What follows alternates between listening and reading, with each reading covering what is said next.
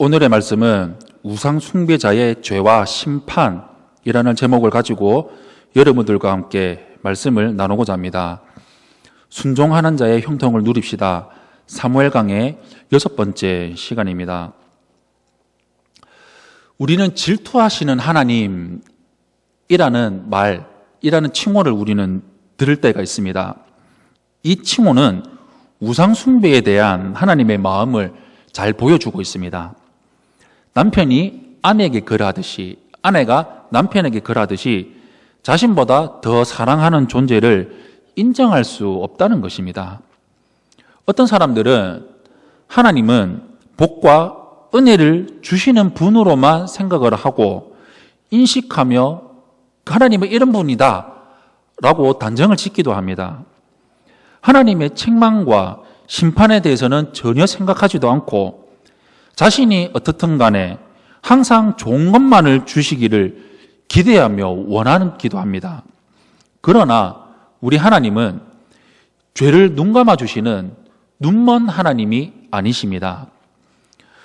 오늘 본문은 엘리의 아들들의 악행으로 인해서 하나님의 심판을 말씀을 하고 있습니다.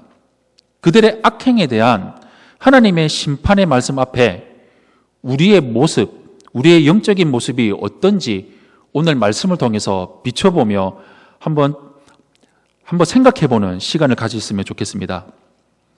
엘리는 어느 날에 아들들이 하나님의 제사를 멸시를 하고 제물을 강탈한 것과 회막문에서 수종을 드는 여인들과 동침을 했다는 것을 전해 들었습니다.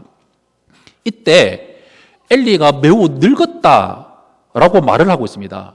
여기에서 매우 늙었다라는 말은 영적인 감각이 무뎌졌다라는 것을 의미하기도 합니다. 실제로 그는 그의 아들들이 잘못된 행동을 해온 것을 상당한 오랜 기간 동안 이어졌음에도 불구하고 너무나 늦게 알았다는 것입니다. 이것은 엘리가 평소에 아버지의 역할조차 제대로 하지 못했다는 것을 보여주고 있습니다.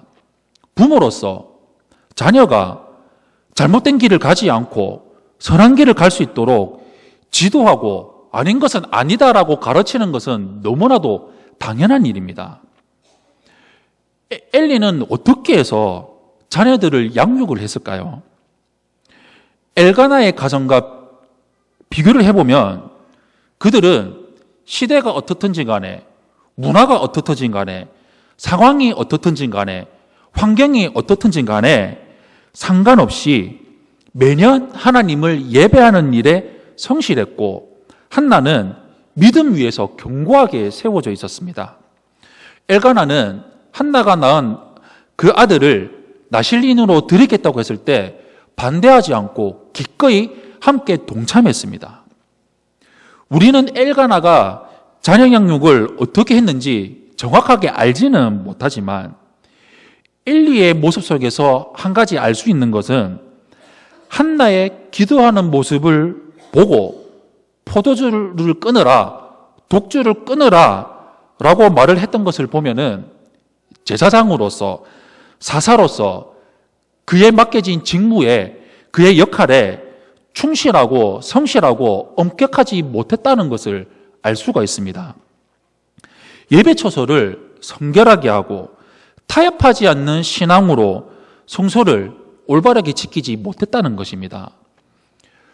더욱이 3장 13절 말씀에 자녀들이 잘못 가는 것을 보고 금하지 않았습니다. 단호하게 말하지 않고 엄격하게 그들을 훈육하지도 않았습니다. 훈계하지도 않았습니다. 어릴 때부터 예배를 귀하게 여기고 해야 할 것과 하지 말아야 할 것에 대해서 단호하게 교육을 하지 못했다는 것입니다. 이런 엘리의 교육관을 오늘 본문 23절에서 25절의 5절 말씀을 우리는 함께 읽었습니다. 하나님을 믿지도 않고 예배를 가볍게 여기는 것으로 그것도 모자라서 성적으로 완전히 엉망진창이었습니다. 그러면서 제사장의 직분을 감당하고 있었습니다. 여기서 엘리가 신앙에 철저하지 못했고 말씀에 순종하는 것을 올바르게 가르치지 못했다는 것을 너무나도 말씀을 통해 잘 볼 수가 있습니다. 시대를 따라가고 그 시대의 환경에 물들어 살아가는 것은 구약시대의 사사든지 제사장이든지 현재에 살고 있는 목회자든지 어느 누구든지 상관이 없습니다. 우리는 연어가 거친 물살을 거슬러 올라가는 것처럼 이 시대를 거슬러 올라가는 삶을 살아가고 있는 사람들입니다. 이런 분명한 목적과 의식을 갖고 시대를 분별하고 말씀을 붙들고 살아가지 않는다면 엘리처럼 적당하게 타협하면서 자녀들까지 망치게 될 수도 있다는 것입니다. 우리는 이런 삶이 엘리의 가문의 선택이었다는 것을 기억해야 됩니다. 아론의 4대 자손인 것이 경건하다고 의미하지 않고 그 집안의 뿌리가 믿음의 집안의 뿌리라고 라는 것을 의미하지가 않습니다. 우리는 현재를 살아가고 있는 사람들입니다. 그러기에 우리는 믿음의 견고하게 서서 말씀의 견고하게 서서 믿음의 원리로 말씀의 원리로 자녀를 양육하고 가르치고 믿음으로 살아가야 됩니다. 이런 엘리 가문에 대한 하나님의 평가를 볼 수가 있는데 하나님은 그들이 아론의 4대 손이라는 것을 전혀 중요하게 생각하지 않으십니다. 오히려 지금 현재의 엘리와 그의 아들들이 하나님과의 어떤 관계를 맺고 살아가고 있는지를 중요하게 보십니다. 3, 4대의 저주와 천대의 하나님의 복을 받는 것은 인격적인 승계를 말하는 것입니다. 믿음으로 살고 순종하는 사람들의 아름다운 영향력이 사무엘에게 승계가 되는 것처럼 엘리의 연약하고 타협적인 믿음이 불신앙의 자녀들을 버려두게 만들게 돼버린 것입니다. 그러자 27절에 하나님의 사람이 엘리에게 와가지고 엘리를 책망하면서 출애굽의 사건과 제사장 제도를 하나님이 세우셨다고 말씀을 하고 있습니다. 그러므로 제사장 직분을 제대로 수행하지 못한 엘리 가문에 대한 심판의 말씀을 말하고 있습니다. 엘리 가문이 하나님의 심판을 받게 된 첫 번째 이유는 하나님의 은혜에 대한 감사한 마음을 잃어버려버리고 그것이 너무나도 당연하다고 생각했기 때문입니다. 하나님께서 엘리 가문에게 출애굽할 때부터 특별하게 선택을 해서 제사장 직분을 맡게 하셨습니다. 특별한 은혜와 특별한 선택을 해주셨다는 것입니다. 그런데 어찌해가지고 그 하나님이 베풀어 주신 그 은혜를 망각해서 하나님께 바쳐지는 제물, 예물을 짓밟을 수가 있냐? 하나님보다 내 아들들을 더 중하게 여겼느냐라고 하나님께서 엘리를 책망하셨습니다. 하나님의 은혜를 당연하다고 여기는 것, 엘리 제사장과 그의 두 아들만의 문제가 아니라고 생각합니다. 오늘날에 살아가고 있는 현대의 그리스도인들 중에서도 하나님의 은혜, 예수 그리스도의 그 은혜를 너무나 당연하다고 여기면서 생각하면서 살아가는 사람들이 많다는 것입니다. 구원에 대한 감사, 예수님께 대한 첫사랑을 잃어버린 사람들, 직분을 주심에 대한 감사를 잃어버린 사람들, 가족이나 건강, 직장 등 소중한 사람들, 소중한 것들에 대한 감사를 잃어버린 사람들, 모든 것들이 다 당연한 것처럼 생각하고 있는 마음은 위험한 마음입니다. 하나님의 은혜에 대한 감사를 잃어버리기 시작을 하면은 엘리 제사장의 가문처럼 타락의 길로 들어서게 됩니다. 한번 타락의 길로 들어서게 되면은 브레이크가 고장난 자동차처럼 멈추지 않고 끊임없이 타락의 길로 들어가게 된다는 것입니다. 엘리 제사장 집안이 멸망을 받게 된 두 번째 이유는 책임은 망각하고 권리만 주장했기 때문입니다. 구약시대의 제사장들은 제사를 드릴 때 하나님과 백성 사이의 중재자의 역할을 담당했습니다. 너무나도 존귀하고 소중한 직분이었습니다. 그래서 제사장으로서의 특권도 많이 누렸습니다. 의식주의 문제도 하나님께서 해결해 주셨습니다. 사무엘상 2장 28절 말씀에 이렇게 나와 있습니다. 이스라엘 모든 지파 중에서 내가 그를 택하여 내 제사장으로 삼아 그가 내 제단에 올라 분향하며 내 앞에서 에봇을 입게 하지 아니하였느냐. 이스라엘이 드리는 모든 화제를 내가 내 조상의 하나님의 집에 주지 아니하였느냐라고 기록이 되어져 있습니다. 특권에는 항상 책임이 뒤따르게 되어 있습니다. 하나님께서 아론의 후손인 제사장들을 택해서 특권을 주신 것은 중요한 책임을 맡겨주시기 위해서였습니다. 거룩한 제사, 거룩한 예배를 인도하고 율법으로 백성들을 가르치고 인도하도록 하는 거룩한 책임을 감당하도록 하기 위해서였습니다. 그러나 엘리 제사장과 그의 두 아들들은 이런 귀한 책임은 망각하고 제사장으로서의 권리만 요구하고 주장하며 살았던 것이었습니다. 그래서 아직 바쳐지지도 않았던 제물을 가져오라고 요구를 했고 제사보다 제밥에만 관심이 있는 삶을 살았던 것입니다. 엘리 제사장 가문이 멸망을 당한 세 번째 이유를 찾아본다면 말씀을 떠나서 미신적인 신앙, 바로 우상 숭배의 삶을 살았다는 것입니다. 그들이 어느 정도의 미신적인 생각, 우상 숭배에 빠져 있었는지를 보면은 그 다음 장에 나온 블레셋과의 전쟁에서 이스라엘로 쳐들어왔을 때 너무나도 마음이 급하고 상황이 너무나도 급박했으면 엘리의 두 아들이 홈니와 비나스가 전쟁터에 나가서 전쟁하려면 무기를 준비하고 사람들을 모아서 준비를 해야 되는데 그러지 않고 하나님의 법궤만 메고 나가면 당연히 하나님께서 지켜주시겠지, 하나님께서 쉽게 이기게 해주시겠지 라고 생각하면서 헛된 확신에 차 있었습니다. 미신을 믿는 것과 올바른 신앙을 갖는 것은 같지 않습니다. 홈니와 비느하스는 제사장이었지만 하나님의 말씀을 무시했습니다. 율법을 어기고 온갖 잘못된 죄악들을 저지르며 살았습니다. 그럼에도 불구하고 하나님의 법궤만 있으면 전쟁은 그냥 이길 수 있다라고 믿었던 것이었습니다. 이것은 믿음이 아니라 미신, 우상 숭배였습니다.